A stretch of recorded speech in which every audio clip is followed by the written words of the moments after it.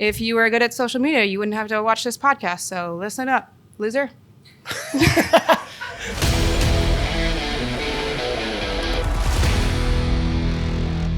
In a world where everybody's looking to stand out and everybody seems to be the same, I thought it'd be fun to actually talk to an agent who's doing something different to really stand out. Kaitlin, thanks for being on the show. You're welcome. Hi, we're here to talk about stuff and how to be funny and not suck on social media. Hey, so Kaitlin, welcome to the show. Thank you. Yes, it's very official. Welcome to the show. It is. Yes. Welcome to my grandmother's house. Yes. So we were talking as we were walking up to do this show. For the people that don't know who you are, you become, in your years of real estate experience now, you've created quite a following and quite a lot of people that are interested in kind of what you're doing. So for the people that haven't seen one of your shows yet, who are you? Give us a little insight. Oh, I'm Kaitlin. I'm a real estate agent from Salt Lake City, and I don't mess around when it comes to social media. Yes. I go into houses and I explain the dark thoughts that one might have as they tour a home. Yes. And I get a lot of feedback that I'm just saying what everyone's thinking. Yes. I tap into a little bit of existential dread. Just some fun stuff. So, okay, first of all, this is Savannah, who's also on the Hi, show with us Kaitlin. today. So Savannah runs a lot of my social and helps me tremendously. So she's going to pipe in some questions. We have the professor over here, Mr. AI, Jason Pantana. So I want to just hit you with, how long have you been in the business first? Give us just context. Oh, barely any time at all. So if my career was a pregnancy, I would be a newborn right now. Okay. Because I went through all of gestation, and now I've newly been born, and so it's been a year and some change. And spirit of transparency, when you see someone's social channel go from 0 to 80 or 90,000 followers, and you're following 250 people, thanks for not following me. Do I not follow you? I don't know, I just made that up. I feel like you're going to do. follow me now. But when you see somebody's rise like that, it's clear to me that agents, I've shared your stuff. I'm sure Jason's shared your stuff. A lot of people, Eric, the broke agent, one of my buddies, he is just obsessed with you. But you're a year plus in the business. Have you sold any houses? I have, yes. Not an impressive amount though. Yeah. But we were chatting on the way. You mentioned that like anything else, we do a bunch of activities. We don't really know if it's going to work. When did you first begin to notice that it was working? Okay, so I really feel like I had a moment of click in October of 2024. So now we're in January of 2025. So if you are short amount of time. Yeah, if you're good at time, that's not a very long amount of time. Yeah. And so this is all very new, and I think people see someone online, and I have a fair amount of followers, and so people assume that I have made it. Yeah. And I feel like I'm gonna make it, sure, right? But it's a long game. So right. Is my pipeline a lot fuller than it used to be? Yes. But I don't want people to think that social media is something where you can have something go viral and then suddenly you have 1,000 deals knocking on your door. Because social media is such a long game. Yes. Because you're just positioning yourself to be the person they think of when they have that moment in their life. Right. You're not there to convince people that the moment is now. No. You're just there to receive them. Yeah, it's not retail. It's not like hand you a shirt, you walk in. Most people take 18 months, 2 years, sometimes 3 years before they make a buying decision. So, and you guys pipe in. You have caught some fire, but if we go back to the early days of your social, don't do that. Help us understand what we have seen then, and then this style. And I was mentioning to you a very famous comedian way back in the day named Stephen Wright, and anybody that has ever seen Stephen. Absolute deadpan, very cynical, never broke character, and made bazillions of dollars doing stand-up. And the first time I saw you, I was like, it's freaking Stephen Wright as a 30-year-old gal selling real estate in Salt Lake. I'm 35. 35. I know, but I didn't know, right? Yeah. Okay. Yes. All right. So give us the, at what point did you say to yourself, I got to do something different? And why that versus anything else? Well, I mean, I think I knew all along that I needed to do something different, but it's really hard to figure out what that different is. So I did, if you go back into the archives, which if you want to be educated, maybe you can, but it is horrifying and embarrassing to see all my old stuff. But if you go back, you can kind of see these moments where I'm doing what everyone else is doing. I'm playing out give it to me. Show it. What does everybody else do? Well, I would just put on some B-roll, and then I would put the house stats, or I would walk through a house. Yes. Just boring stuff, regular stuff, because you see all that in your feed, and you're like, this is how to real estate. I will real estate.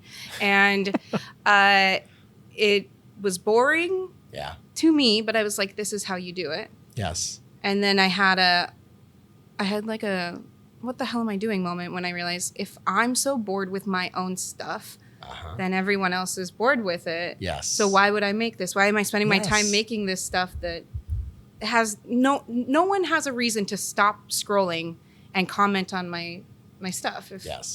Yeah.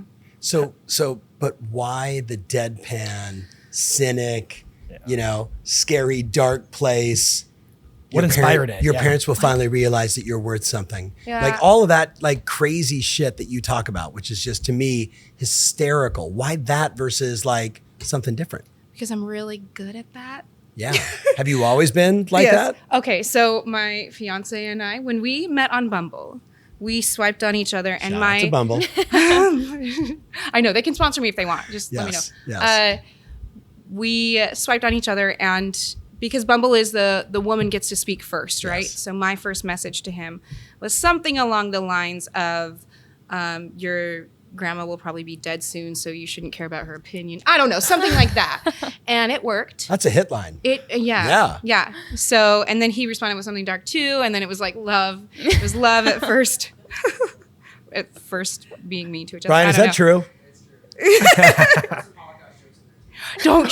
Okay, all right. Don't record that. So you're like attracts like. Mm-hmm. So now I know your fiance is also dark and crazy and cynical. Yeah, he wouldn't film himself being those things. Yes. But just no. But did you? Okay, so for the person watching, I'm just curious if you've seen her stuff. Leave us a comment down below, or let's just throw in another little B-roll really fast, Hector, just so they can get a context.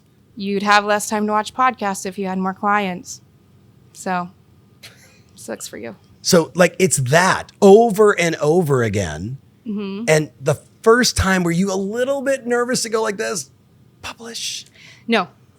Why? Because at the time I had like 1,000 followers, and I had tried every other thing, and I had literally nothing to lose. Like I have nothing to lose from that point. I don't have any clout. I don't, people aren't going to leave my page because there's not enough people on my page in the first place. Right. So no, I didn't. How did you come up with the concept for it? Yeah. Because it's such an interesting approach, and I think Eric Simon talked about this too. You've seen other people try to insult the house. Right. Mm-hmm. Eric Simon made that observation, but not the viewer. And so there's just this cynical... Insulting the house just feels like a really bad idea when you're talking about you're trying to someone's home that you just listed for sale. Yeah. I mean, especially like that's the place where they raise their babies, and that they have so many good memories there. And so for someone to walk around the house and be like, welcome to this piece of shit, like it didn't feel like the right move for me. Right. I didn't like it. Right. So yeah. When was the first video you did though? And like, did you just stumble into it, or did you have an idea that you executed on? Did you see something and thought, I want to do it like this instead of that? I'd love to hear the origin of the concept. I spent a lot of time thinking about what content I liked to engage in, and it was always like content that surprised me. Like I really love stuff that surprises me.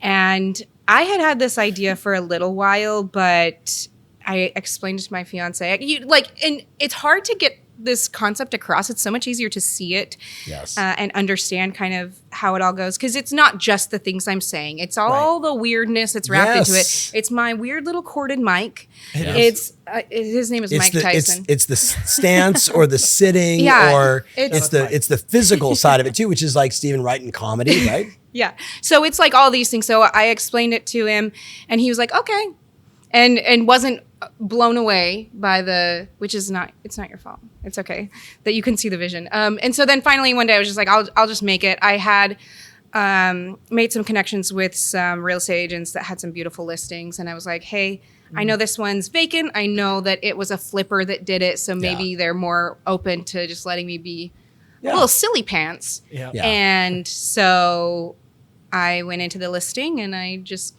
knocked it out, and And then the listing agent reposted me, and she was like, "This is not what I was expecting," when she asked to go in and do content, but here it is. But she was happy. She was happy about it. Like, and she supported me, and so it was great. So I actually have a question about your actual content. Yeah. Do you have like a script that you go in with, or do you just go in and, I'm sorry to your coach, but do you just wing it? It's kind of a hybrid of that. So I do my best to prep things. I'll look through like listing photos of the home and find unique things that I can talk about. But sometimes it happens in the moment. Like you walk into a house and you don't realize something about it. And so I have a list in my notes app of just funny little kind of fragments of jokes. So you never run out. Yeah. And also because I think of them at random times. And so I have to write it down so that I don't lose it. And so when I go into a house or I'm trying to prep for that, I just scroll through my list. I see if the house kind of inspires anything, and I see if anything in my list kind of matches up with it. And so it's both. I don't like going in without having any plan, because then it takes a lot longer. Yeah, of course. But I saw on your page before this interview, now that you do have a following, you were getting some backlash on your content, and you were like, well, good for you. I'm going on Tom Ferry's podcast, and I can ask him myself if my content offends him. Oh yeah. Someone made a comment, and they told me that industry gurus such as yourself feel that brands like mine devalue the industry. So I made a cute little video. And here you are on my show. I made a cute little video saying, hey, you know what? I'm not sure where you got that information, but don't worry, we can figure it out. I'll ask him on Monday. With the same straight face and monotone. Yeah. I love it. So you start creating this content. Yeah. Right? You do a little prep, then you kind of experience it. You get into your stance. You got little mic, right? Mm-hmm. But when did you start to know? Because this is really new. It's like October, right? So we're only talking like a couple months ago. When did the phone start to ring, and what do people say to you? Like, do they expect you to do showings in a dark way? Like when you actually show up and you're like bubbly, enthusiastic, and you're like, I'm getting married. And they're like, whoa. I know. And where's the dark bitch? I frequently am like, sorry, you done been catfished. I have a personality. Yes.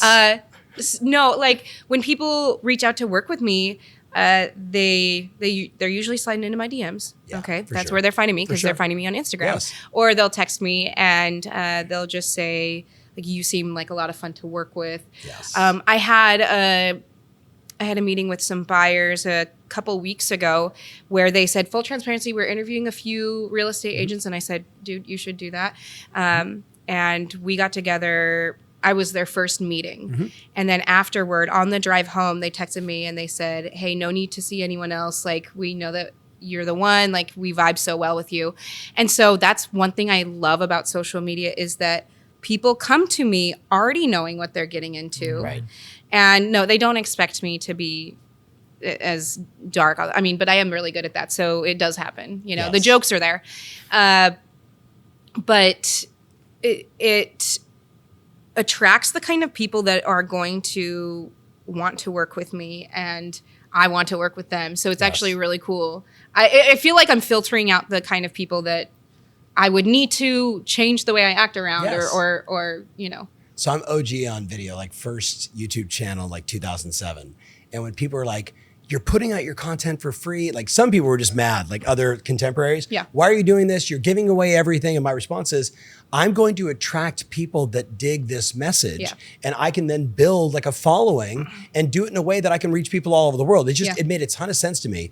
But what I also loved was the people that made crappy comments, that didn't like me, screw you, whatever it was. I was like, cool. That person, if they bought a ticket, would have to sit through an event with me and experience that and be pissed the whole time. Now they'll never show up. Yeah.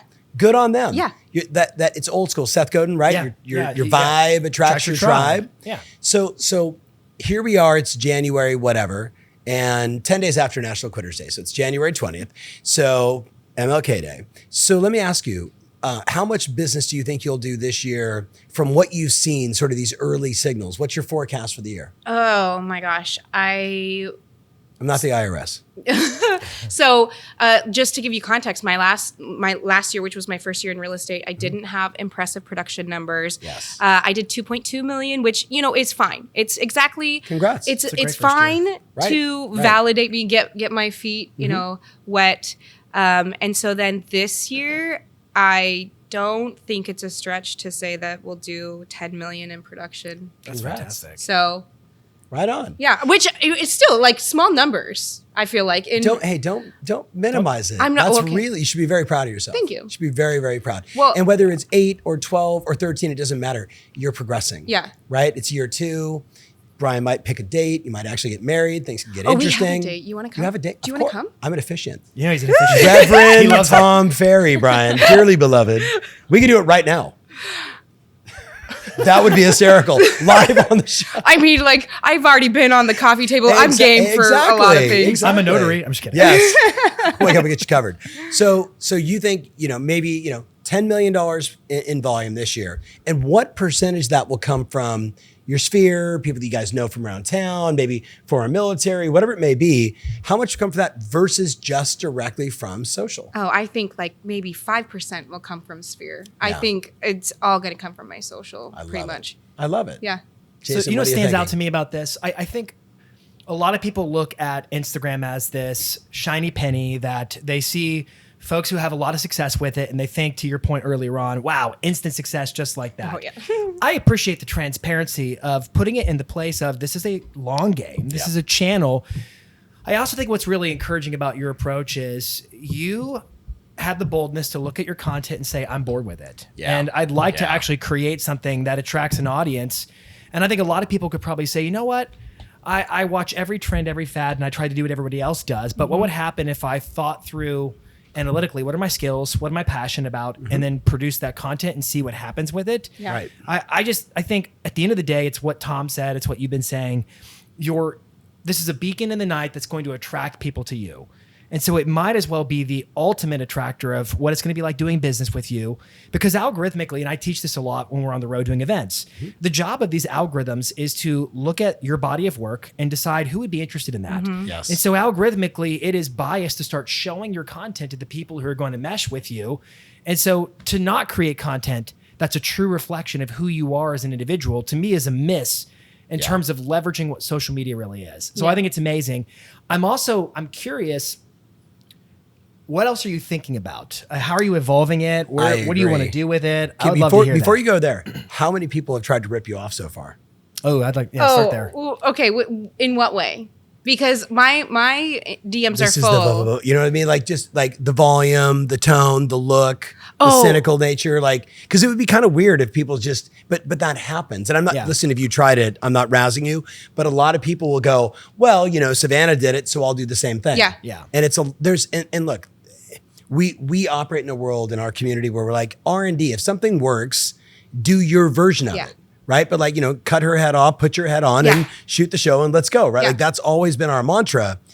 But then we watch the outliers, right? The ones that do something that's so unique, so different. And I don't mean crazy or over the top, but it's so unique that it really makes them a market of one. Yeah. And then everybody else starts to chase. And that could be Timmy Smith doing these over the top $40 million, oceanfront crazy, dancers and rap music videos long before that stuff was done, or doing what you're doing. So are you seeing that? I have a little bit. Sometimes people will send me things of people trying to do it. And it sounds a little arrogant, but they just can't. I feel like that's what makes it mine, is that it really is mine, and you can't steal it. I did have someone slide into my DMs and say, hey, I like your stuff. Would you mind if I recreated something like it? And I said, you are the internet is a big place. You are welcome to do whatever you'd like to do. However, I think the reason that it really works for me is because it very genuinely is me. Bingo. And so people can recreate if they would like to, but I don't think that it will feel the same, or maybe they'll be better at it than me. I don't know. Right. But then if someone shows up and they're doing my thing better than me, then that just means that I'm going to have to step up my game. And then, yeah, I'm a big fan of comedians. There's one, Eddie Murphy, but you can look and say, Chris Rock did his variation of it and did a Chris Rock version. And then you got the Dave Chappelle. I mean, it's just, there's so many. They all use a lot of the same techniques, but you've got to be authentically yourself. Yeah.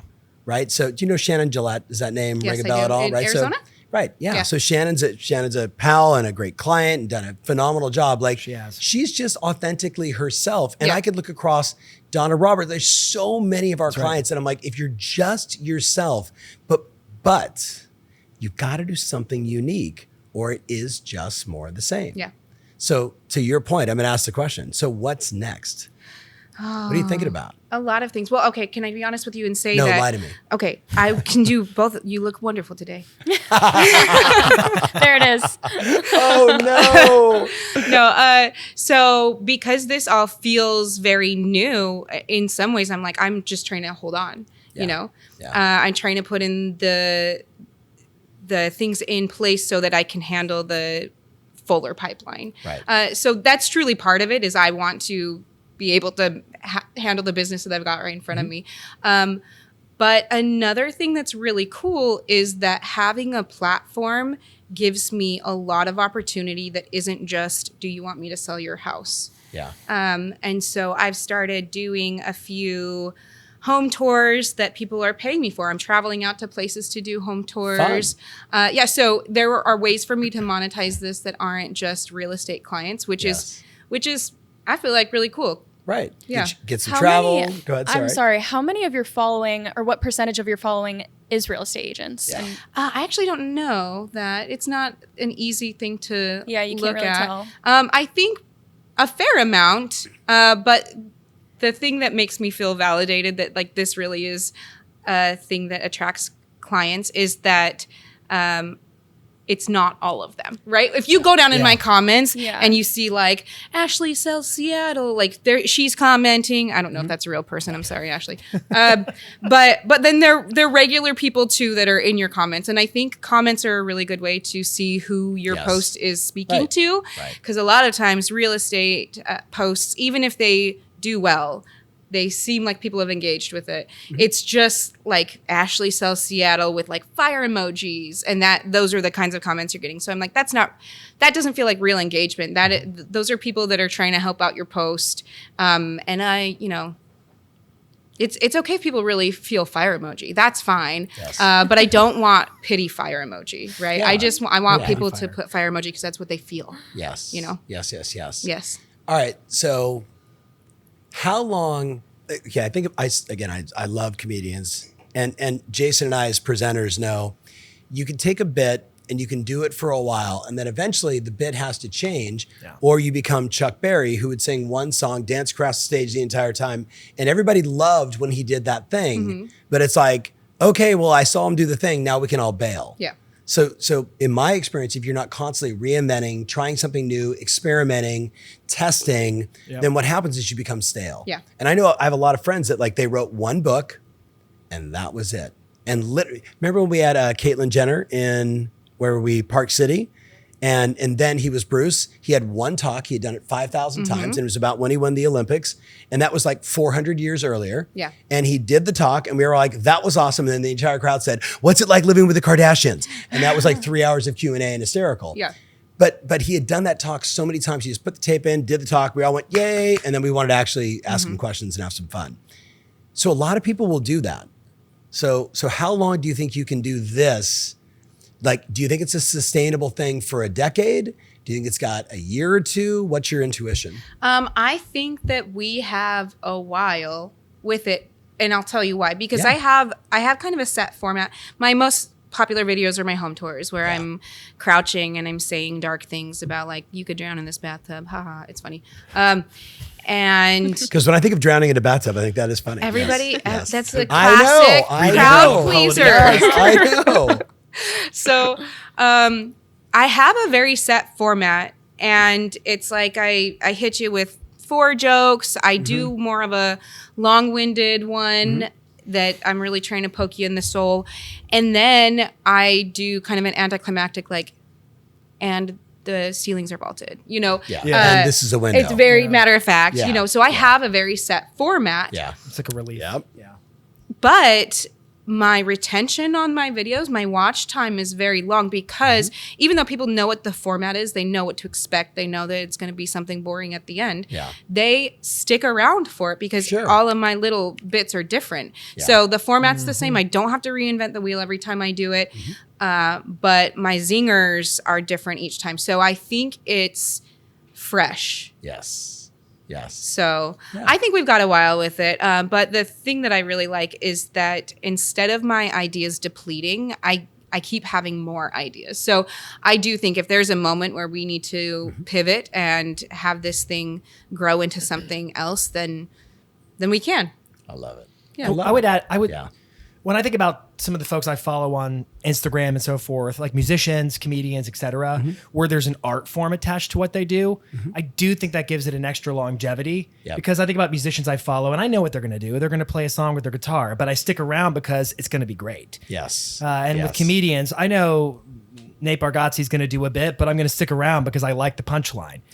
And I also think your point about, I heard Eric say the same thing, Eric Simon, where every punchline just keeps them viewed when that watch retention is just algorithmic juice to send it out to more and more people. And I also think that the punchline mechanism is algorithmically something Instagram really knows what to do with. Just in terms of understanding your content, knowing the audience who sticks around for that kind of content. I do think you got longevity. I mean, if you're, it's true. If you're saying he is the professor. Yeah, he went to college. I did. I didn't do it. You in didn't social media graduate, marketing, but and I did. I graduated. Did you? I actually have a marketing degree. I don't use it. I do other marketing. I love it. I do. At the same time, I think you also have to think like, how do I expand the ideas? How do I go beyond just a static format?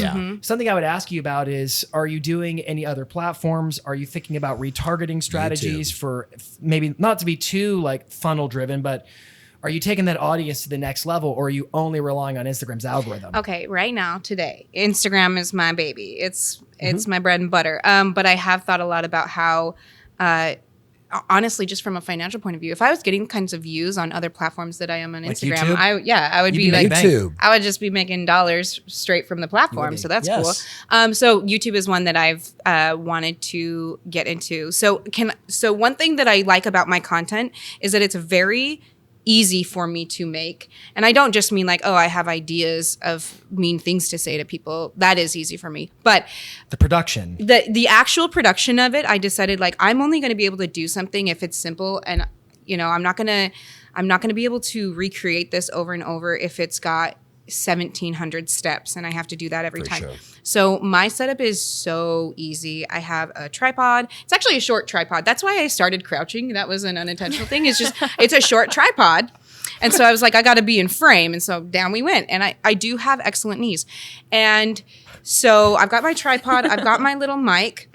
And that is it. And I just edit it myself on my phone. And I don't even pay for the editing software. I just use the free version. Because people overcomplicate it so much. And so I honestly like having low production values has a place. It does. I agree. All my early videos, my hand went like this. Because there was a thing called a flip video camera. That's how I got started. So every video was like, hey, welcome to Tom Ferry. Like, but people are like, why is your hand always doing this? I'm like, because no one else hits the button except for me. That's right. And that was it. And look, and no one cared. And you hitting that button got you here right now. Exactly. Where people set up your mic for you.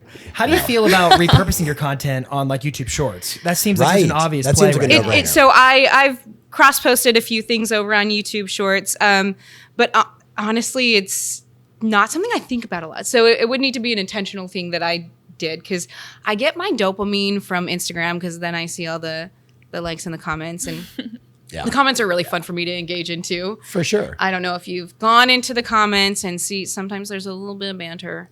Yes. But that's Seems pretty like you live fun. for it. That's pretty fun. And so I'm not getting that kind of thing on YouTube, not because I don't think it's possible to happen over there. It's just because I've focused on building Instagram. And it's very possible over there. And it's a search engine, and you're in Salt Lake City. And it pays out better monetization. It pays out way better monetization, and it's a top 10 place where people are moving to. And right now, because of the TikTok stuff going on, YouTube and Instagram are both just on fire. Really big opportunities. Yeah, Yeah. huge. Really big. All right, Savannah, what are you thinking over there? I was actually going to ask you if you were on TikTok because I feel like your content would do really well on that platform. Sure. So yeah, I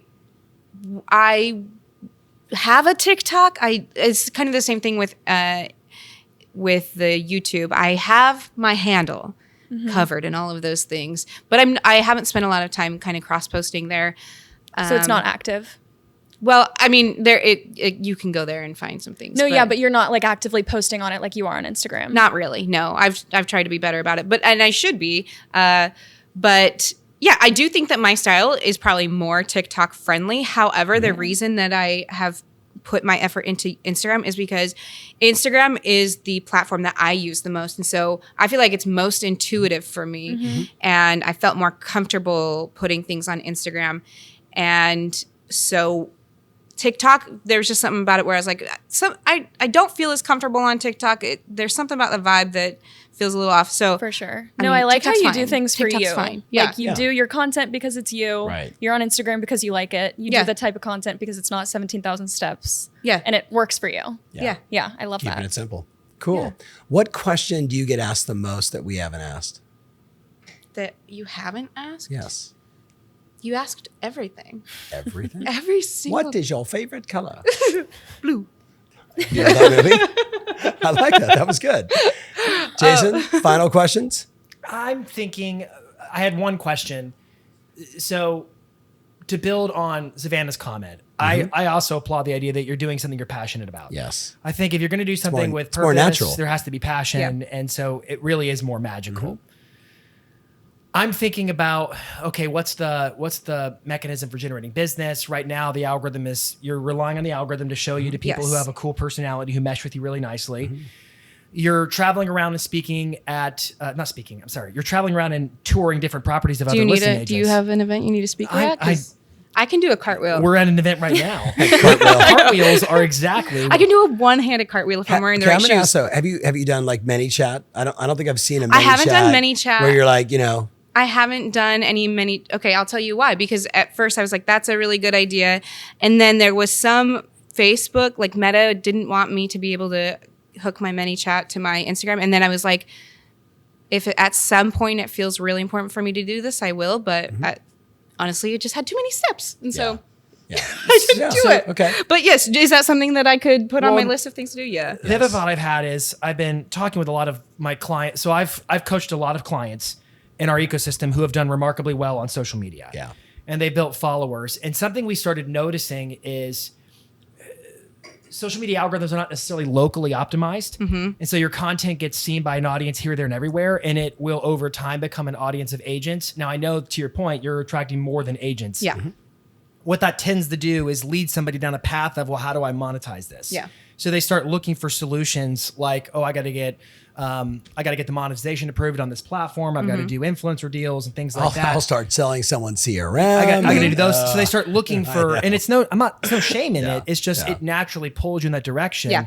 But then I think about other people who've had, like Ken Pozek. This is his town. We're in Orlando right now. The dude is just absolutely slayed on video, but it's incredibly locally optimized. So he attracts a lot of local attention. So what I'm wondering is how much, and I know you're relatively new to it, but I'm thinking about, oh my gosh, you have tapped into something so great with so much potential.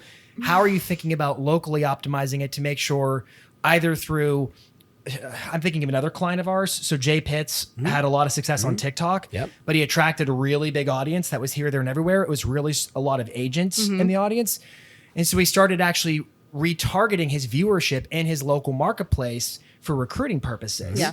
And so I'm just thinking, what level of thought have you given to how do I really tap into the local audience or what am I attracting in terms of business? Okay. Jason asks really long questions. I have two. And then I have two points to make. I might need a notebook so I can make sure I hit all your points. But one, I would ask you back is why do you feel that it's necessary for me to only speak to people in my area? I don't. I'm wondering how important to you is it to attract, and I don't know, you're in Salt Lake City. Yeah. I mean, people are finding you. Are the people who are finding you characteristically locals, or are they moving to the area and finding you? There's a lot of people that are are not even in my area, and I get a lot of comments that say like, if I move to Salt See that Lake, I've seen that too. yeah. Yes, So, yes. but here's the reason why I don't have a problem with that is because I can refer out. Yes. Bingo. Yes. That's Which is why you're another at a great way event. to monetize it. Yeah.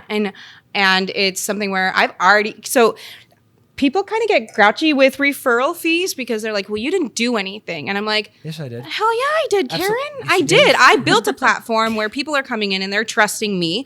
And now I'm going to hand deliver this to someone that I trust who doesn't suck. Even if their social media isn't honed in, but not everyone has the talent or skill to figure out their thing on social media, but there are a lot of really cool agents.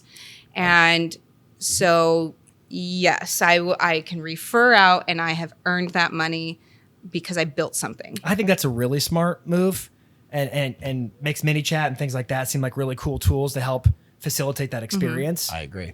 I'm just At a certain point, it will. You got some it good will stuff be, happening. Yeah. Well, thank you. It's really cool. At a certain point, it's gonna be really nice to convert that into an email address list. Yeah. And So have another way to communicate with all those people to nurture relationships. And it doesn't matter if they're agents, if they're consumers, doesn't matter where they are in the world. can I tell you, I have an idea for an email list, and I haven't implemented it yet. So don't Am I hold going me to to steal it. the idea? Or No, are you? No, I know, don't think you maybe. could. Okay. So That was a setup. That was a setup. But I'm pumped. Yes. So one of the things that I have struggled with email, because I understand if I am relying on a platform for my contact point with people, then I am vulnerable. I am vulnerable too. Like if something similar, If TikTok turns off. yes, Yes. if Instagram finds suspicious activity on my account, Yes. I am so vulnerable to losing my way to speak to people. So an email list is something that I've thought about a lot, and the reason I've struggled with it is because I could not figure out how to make my emails worth reading. But I think I have some ideas on how to solve it. So, and I'm going to add a feature that has nothing to do with real estate because I got a conversation going one time on my Instagram where I guess in LA, or I think it was LA, they had an event. It was an event for singles where their friends would stand up on a podium with a PowerPoint presentation and pitch to the crowd, this is my single friend, Aaron. He is nice and he has a dog and it seemed like a really fun event. And I posted that on my Instagram and my DMs blew up of people being like, this is so cool.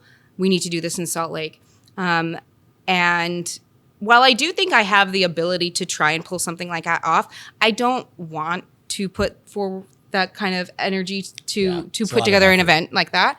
And so I was like, what if I have a feature in my email that is the Salt Lake Single of the Week, and I can have people submit their friends. I know. That's an awesome idea. It has nothing to do with real Yes. estate, Yes. except for that we're Salt Lake based. We're reminding people Yes. that I'm tied into Salt Lake. And It's a local thing too. It is, and once again, what I'm really like, I met you today. I really hi. love the way that you Hi, just I'm let your Kaitlin. own ideas, your creativity just kind of pours out, and you wait until you feel really passionate about an idea. I like that. It's thank really you. cool. Well, I mean, I'm elderly now. I'm in my mid-30s. So I have had a lot of time to listen to other people's ideas and do it their way and then have things not work out. So, Right. I love it. I love it. But yeah, so then I'm going to have my Salt Lake Single of the Week and everyone's going to open the email because they want to see what Aaron looks like and what he's into. But then also, obviously, I'll be like, here's my real estate deal of the week. And, so they're not separate. I think it would be fun to also do B-roll, stuff that didn't make the show, little micro our clips, little behind the like scenes. all your like, Tom. this got cut. And I think people would sign up just for that. You could do like get a tripod with another phone that's filming your tripod for like the behind the scenes view. I love it. The stuff that didn't work. The here's the stuff thing. you didn't want. People ask me all the time, they're like, how do you keep a straight face? You must be bursting out in laughter. And that is not the case. I don't know why people think it's hard to keep a straight face because I'm like in the zone. Yes. You can ask my fiance. There was one day, he goes to these houses with me sometimes. And because he's kind of obsessed with me. Do you see? He followed I know. me I here. have noticed. He's Sarah Lena the whole like time. so into me. Yes. And So there was one day when this was on one of my recent ones where I was in the zone. I was thinking about my line, and I noticed him creeping over there. And I look at him and I say, "Don't look at me. Do not make eye contact with me right now. I am working. I have things to do, and you're ruining my vibe." I don't laugh when I do it. See, that's the clip that everybody would want, because it was just these random, these random that's not going to make it. Get out of my face. Yeah. Like that kind of stuff. People, right or wrong. People love it. The bloopers. People love bloopers, behind the scenes, what it's really like. Do you know what I mean? Like, have you ever had your pants rip, or is like something funny? No, my pants are always perfect. Your pants are always perfect. Perfect pants. So. Brian, unstitch part of her pants. So the next time she bends over, just like right in the middle of the show. That's what I want to hear. Okay, whose side this do is you totally think going he's on? off the rails right now. He's in love with me, not understand. you. Oh, okay. He's like, I'm on my own side. His own Instagram that's like a behind the scenes of working with you. It's all Yes. All right. This is definitely getting out of control. We're wild. So Kaitlin, this is wild. This was super fun. I've been watching your stuff since October. Thank you. I think it's completely hysterical. For the person that said I wouldn't like it, hello, she's on my show. I thought it was hysterical. But what I loved about it, now that I know that it's like a beat. I do 4 of these and I finish with that. Oh, you didn't realize and I do it every okay. time. Well, no, you watch it, but like you articulate it perfect. Like anybody else knows, there's a tempo and a timing to writing a talk, doing a bit, etc. So I wasn't shocked by it, but having you articulate, I'm like, yes. Yeah. So I'm really Feels proud of what you're doing. To me, that that's the formula. Well, of course, but the average person just gets on and goes, I don't know what to say and I don't know what to do. Right? So like I know it's like intro, hook, story, blah, blah, blah, right? So I get it. So you just did it perfectly. Thank you. Yeah. Thank you. So hey, in a year, you should come back on the show and we can see where you finished. Okay. I'm betting it's going to be like 10 million plus. Yeah. Okay. You should send her a referral. Okay. Like a $10 million referral. Just send her a 10, just crush this deal. Cool. Hey, thank you for being on the show. Thank you for letting me come to your grandma's house. Absolutely. You're very welcome. It's all about salmon. It's all about salmon. Yeah. All right. So, hey, if you haven't followed her on the show, absolutely do so. Thank you so much. Can't wait to read the comments. All right. We'll see you guys soon. Take care.